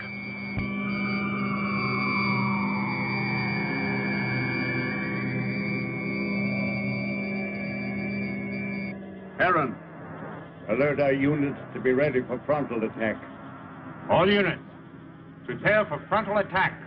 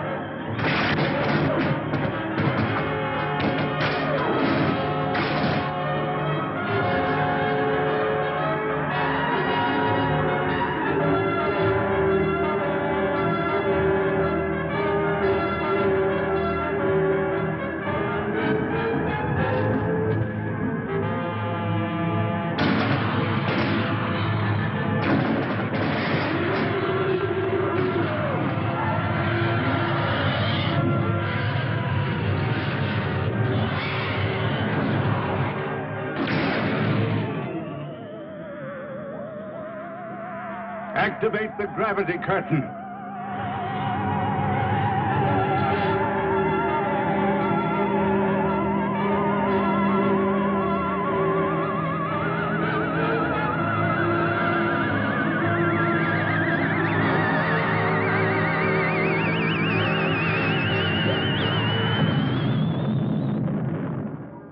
Oh, it was a magnificent victory.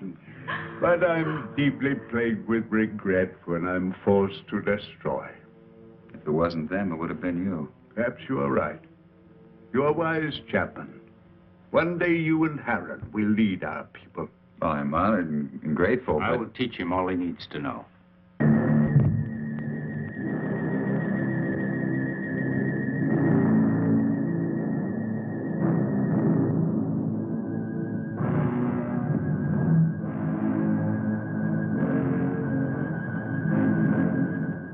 Well, where's Zeta? She went to sleep early. Sleep. I'm very tired. Perhaps the battle was too much of a strain on me. Good night. Good Sleep night, well, Father. Stefan.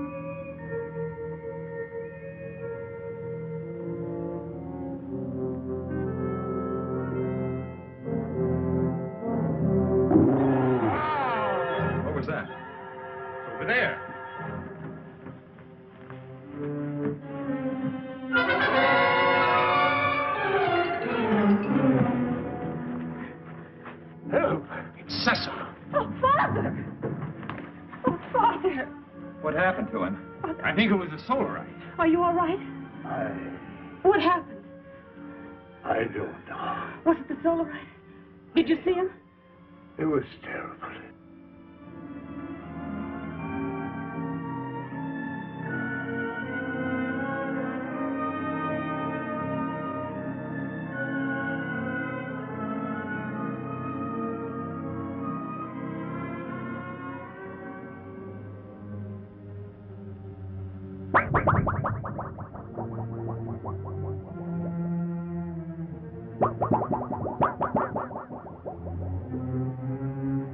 I'm going to the control room. No, you stay with Liara.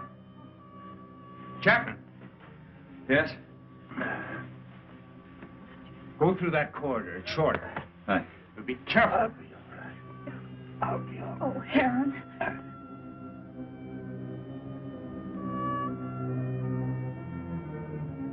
Zatha, are you all right?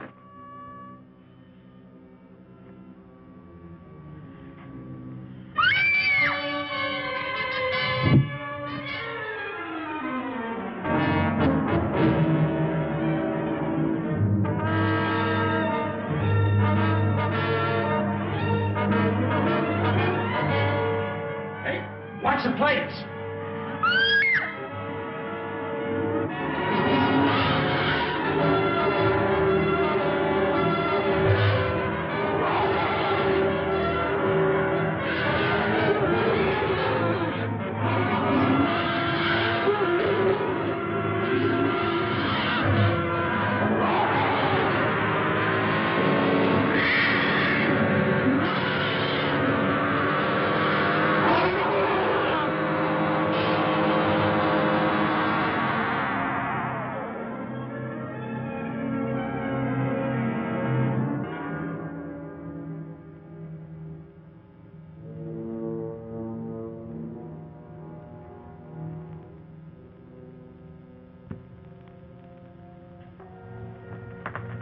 How's Sessom?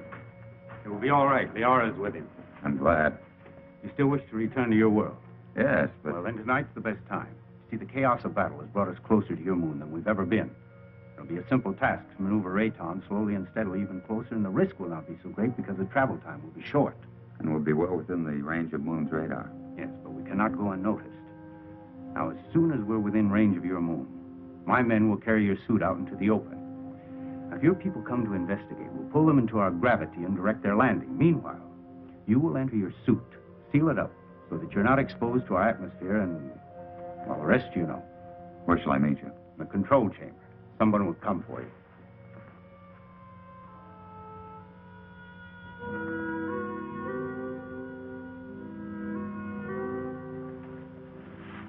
Zatha. It's you. Yes, Frank Chapman. But you can talk. From my fright when I thought you were going to be killed, something happened. And after I screamed, I found I was able to speak. Zatha. I have many things to say to you, Frank Chapman. It's so wonderful you being able to talk. And I have so many things to say to you. Oh, everything has been terrible. You're so lovely. You have such an adorable little face.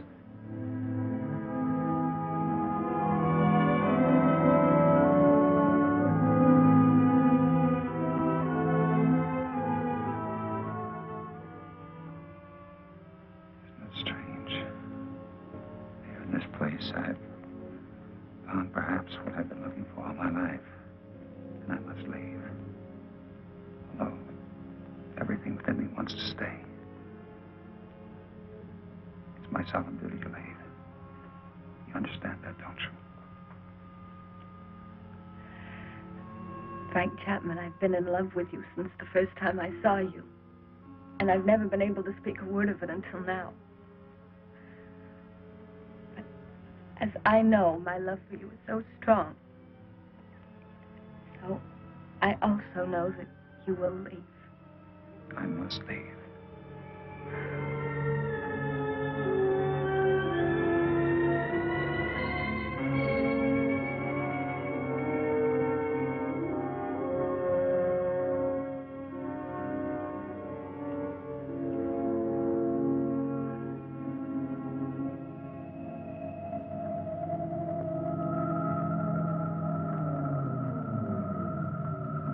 Good, you're on time. Here we go. Another hour and we shall be close enough for you to be found.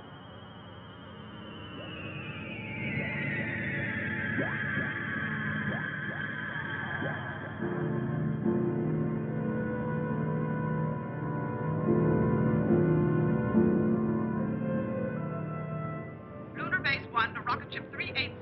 Over. This is Rocket Ship 380 to Lunar Base 1. Over. Radar has just picked up a giant asteroid. Identity unknown. Cannot find any record of it in the space charts. The Phantom Planet. Give us exact position of asteroid. 9 degrees in northern cluster field, and I have an order from Colonel Lansfield. You are to land on this asteroid and send White to investigate. I hope you will find happiness back with your people. You would be my happiness. Here or there.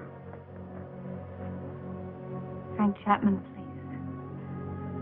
You must take the stone. It will be a good luck charm. Hold on to it. It will help you to go back safely to your people. Keep it. And remember my love. Yes, Zeta. I'll keep it forever.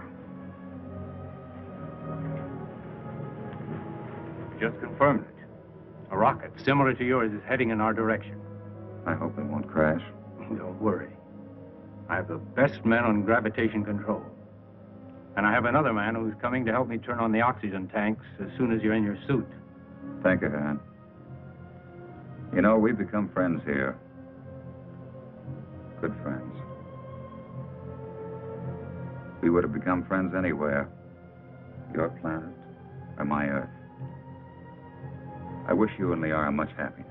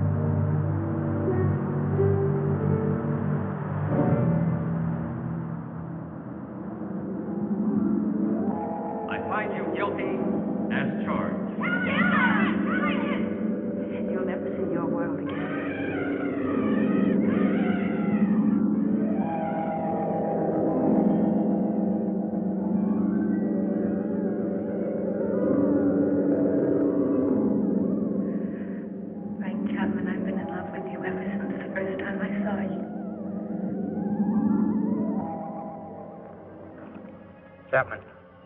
Chapman. White to Beecher. Come in, White. I found Chapman. He's alive. But there's no trace of McConan. Where's McConan? He's dead. He's gone.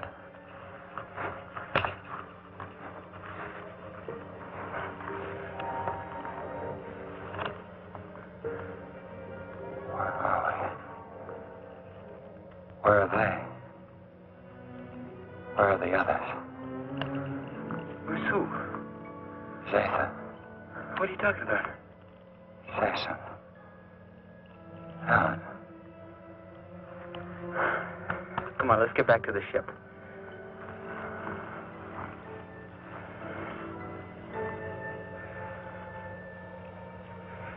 White to Beecher. I'm bringing him in. He seems to be all right. He said McConan is dead. He keeps talking about other people. I think he's in a state of shock. Do you need assistance? No, Captain, I can handle him alone. You know, Frank, you're a lucky guy. This is a wandering planet. Could have carried you anywhere. I'm sure glad we found you. Zathan. Where is she? What you need is a rest.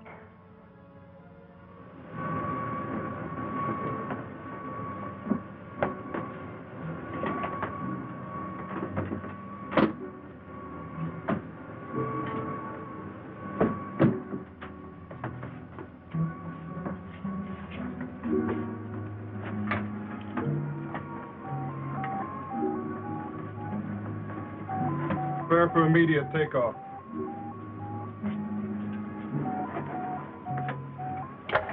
How do you feel, Chapman? I don't know. I don't understand. It's unbelievable. We'll get you back to Moon Base for a thorough examination. Do you think you're hurt? I don't think so. You must have been knocked out for quite a while. I must have been dreaming. Quite possible you were delirious. The shock of the crash landing of your ship. Ray's gone.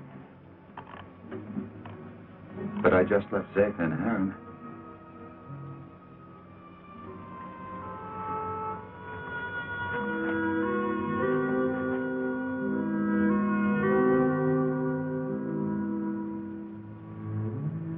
She had such an adorable little face.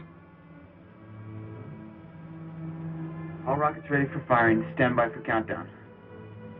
The gravity of this planetoid is very strong. We'll need every bit of thrust for our takeoff. Don't worry. I know we're gonna make it.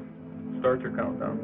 10, 9, 8, 7, 6, 5, 4, 3, 2, 1, 0.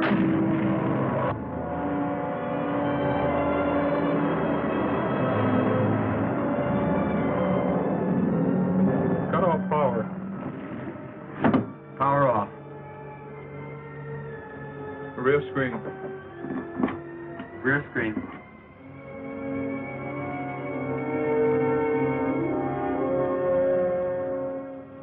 No, now they'll never believe me. Even with this, they'll never believe me.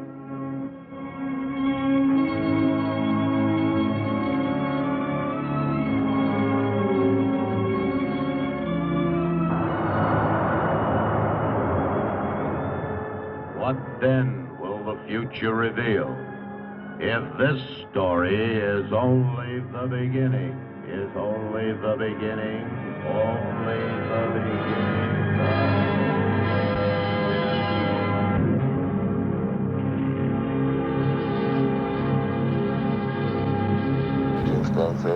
Yeah, awesome stuff. The crypts, a lot of above ground crypts. They're beautiful. They do that because it floods. And Right. We're back. That was the ending to Phantom Planet. What do you think, Gasly? Yes. I think that was an ending. That was an ending. If I've ever seen one, that was an ending. He gets shrunk. He goes to live in the town with the little people. Then he gets unshrunk and he goes back home. And he gets rescued. And because She clicks her heels together and wakes up in Kansas. It was a weird movie because, like, I think we got off topic talking about it, but it's like, it was like this movie was basically kind of like about like in the future, we're on the moon, and it was like a mystery because it's like the first ship disappeared, and then the second ship goes in to investigate. He disappears, and he realizes what happened was like the little people blew up the first ship and then shrunk him. Then he has to battle the little people and falls in love with a mute lady, and then fights the mutants. Oh, it's confusing. Etc., etc. Etc., etc. That's why I love the 50s sci-fi, because it was like they had such hope for the future. Because in the 50s they imagined that by 1980 we'd be on the moon or Mars or have space stations and all this stuff. And it's 2025. Operated, but there'd be big glowing dials on the wall for everything. Yeah. And it's 2025, and what do we got? Magic boxes. Yep. I'm holding a piece of silicon right now that magically allows me to talk to someone across the country at the same time.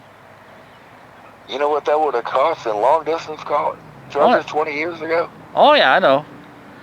When I first got on the internet back in the early days, I'd call people, and my mom would get so pissed off because I'd call in friends I met on chat rooms from other states. She's like, "Why are you calling Pennsylvania? That cost me $400." Yeah, back when bunch of the horror hosts. We all, first I was telling you, we discovered each other in like 99, 2000, and lots of phone bills. Oh yeah. Lots of time spent meeting people on the phone and then going to the conventions and meeting in person. That's awesome. It's a community. There's so many of you guys. And it's a beautiful thing. It's a beautiful thing because we all come together because we love horror films and we love sci-fi and fantasy, and we just love creating these characters. Like you developed a cool character. You got that cool swag to you. Oh, the costume just kind of developed over the years. The first 10 years, I wore a long, like coachman's coat, and usually had my hair pulled back and more of a vampire ghoul look. Had this big gnarly rubber glove like Monster Hand that I wore.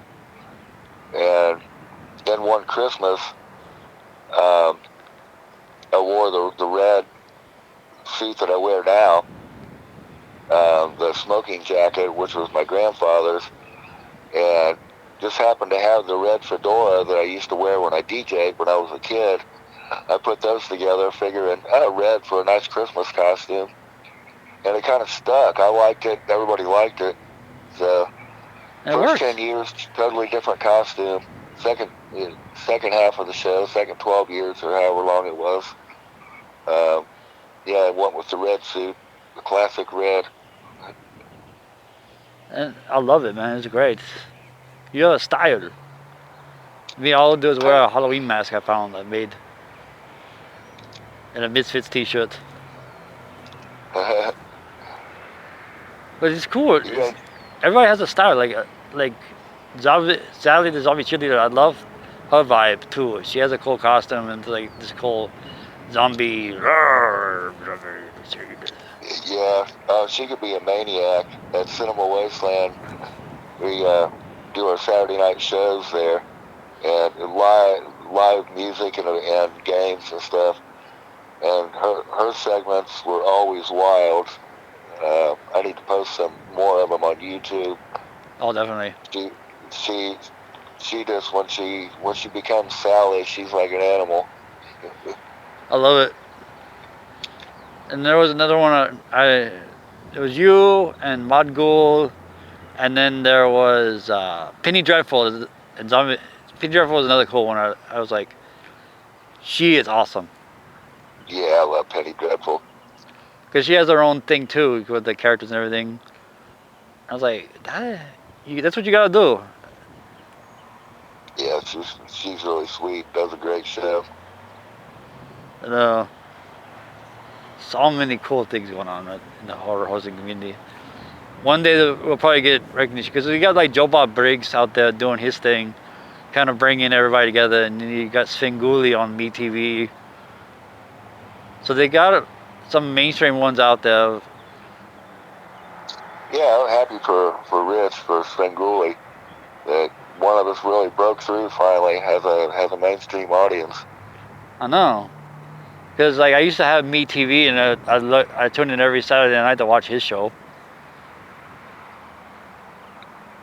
Yeah, my show would have never made it on MeTV. I was a little too adult. Yep, me too. we say the F word too much. Yeah, towards the end of our run, we would do that. Just see how far we could lick the envelope. Yep. That's why I love Cable Access, because they play my show at midnight, and they say you can do whatever you want. So I kind of like, okay. I played Deathbed once, and I was like, and then I remember one of the studio guys walked in while we were editing the episode, and there's a part with like a nude woman, and he's like, huh, okay. Yeah, same with us. We were on after midnight, so it was pretty much they left us alone.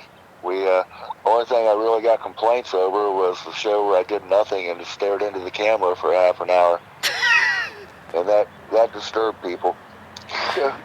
I think he's trying to hypnotize me. I think he's Charles Manson. And the lady that ran the studio was laughing. She's like, you know, everything he's done, you're complaining when he does nothing.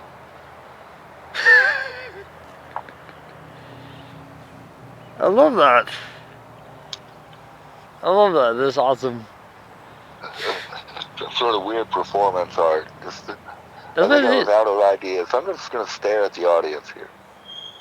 Yeah, still play it, the staring contest with the audience. Who blinks first?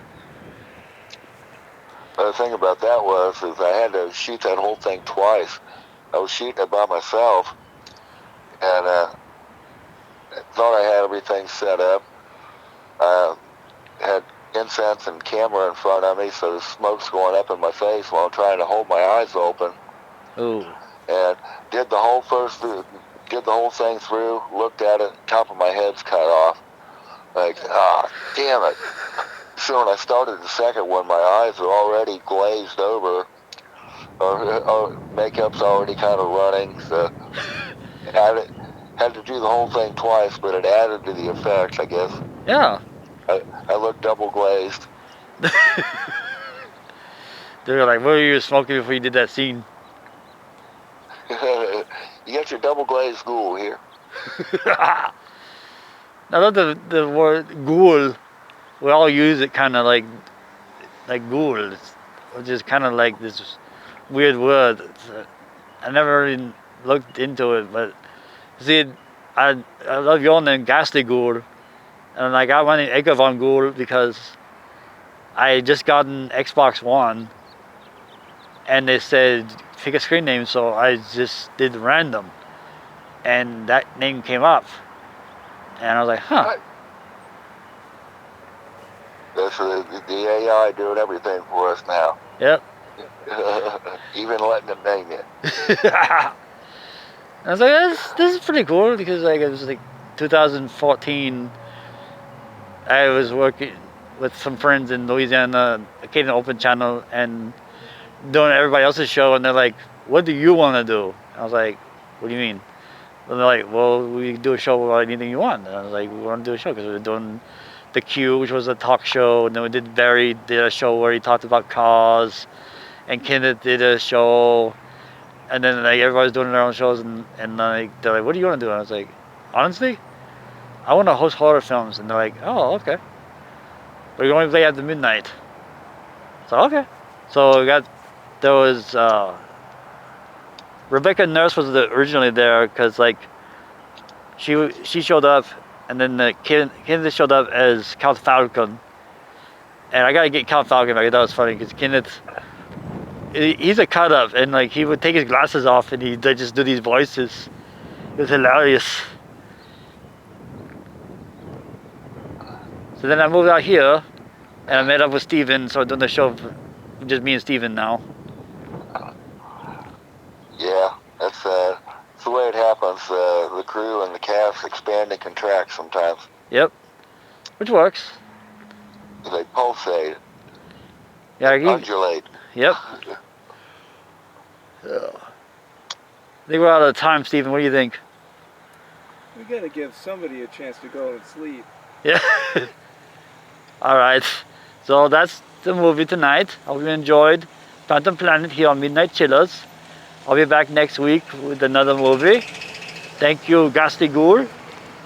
You're quite welcome. Thank you for having me. No problem. We'll be back next time. Auf Wiedersehen. Auf Wiedersehen. Auf Wiedersehen. Auf Wiedersehen.